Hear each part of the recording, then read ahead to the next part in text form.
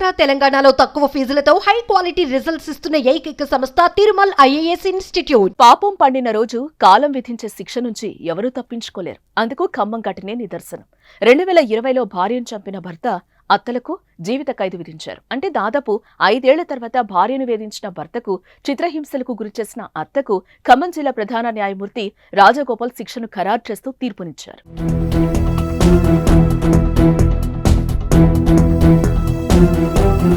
సూర్యాపేట జిల్లా అనంతగిరి మండలం పాలారం తండాకు చెందిన భూక్యా కాలియా తన కుమార్తె కళ్యాణి 4.5 లక్షల కట్నం ఇచ్చి ఖమ్మం జిల్లాకు చెందిన ఉపేందర్తో 2017లో వివాహం జరిపించాడు. ఏడాది పాటు కాపురం సజావుగానే సాగా వీరికి కుమార్తె జన్మించింది.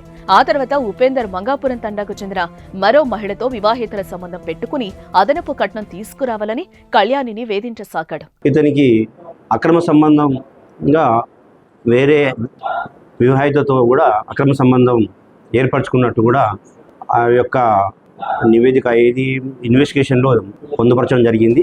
ఆయనకు తల్లి పద్మ, తండ్రి కృష్ణ, సోదరి కవితతో పాటు అరుణ జత కలిసి కళ్యాణిని వేధిస్తూ కూల్ డ్రింక్ లో విషం కలిపి చంపడానికి ప్రయత్నించగా తప్పించుకుని తల్లిదండ్రుల వద్దకు వెళ్లింది. అలా తల్లిదండ్రుల వద్దకు వెళ్లిన కళ్యాణి పెద్దల సమక్షంలో అంటే 2019లో తమ పొలం అమ్మి విడతల వారీగా 12 లక్షల వరకు చెల్లించారు.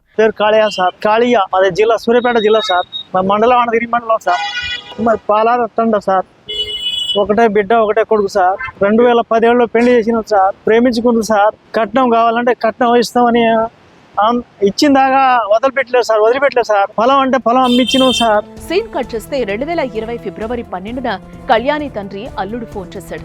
కళ్యాణి కళ్లు తిరిగి కింద పడిపోయిందని చెప్పారు. వెంటనే అక్కడికెళ్లి చూడగా అనుమానాస్పదంగా కళ్యాణి కనిపించింది. దీంతో వారు వెంటనే పోలీసులను ఆశ్రయించారు.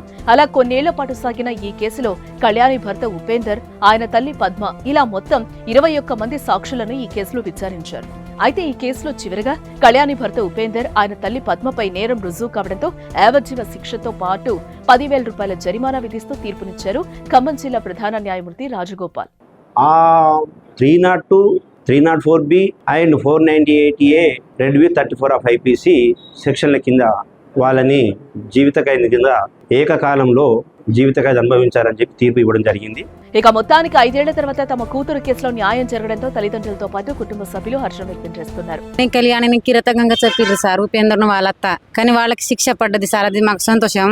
వరకట్నం కోసం తన కూతుర్ని అనేక రకాలుగా చిత్రహింసలకు గురిచేశారని, అలాంటి క్రూర స్వభావం కలిగిన వ్యక్తులకు యావజ్జీవ శిక్ష విధించడం సరైందని, చివరికి న్యాయం గెలిచిందంటూ కూతుర్ని గుర్తు చేసుకుంటూ కన్నీరు పెట్టుకున్నారు కళ్యాణి తల్లిదండ్రులు.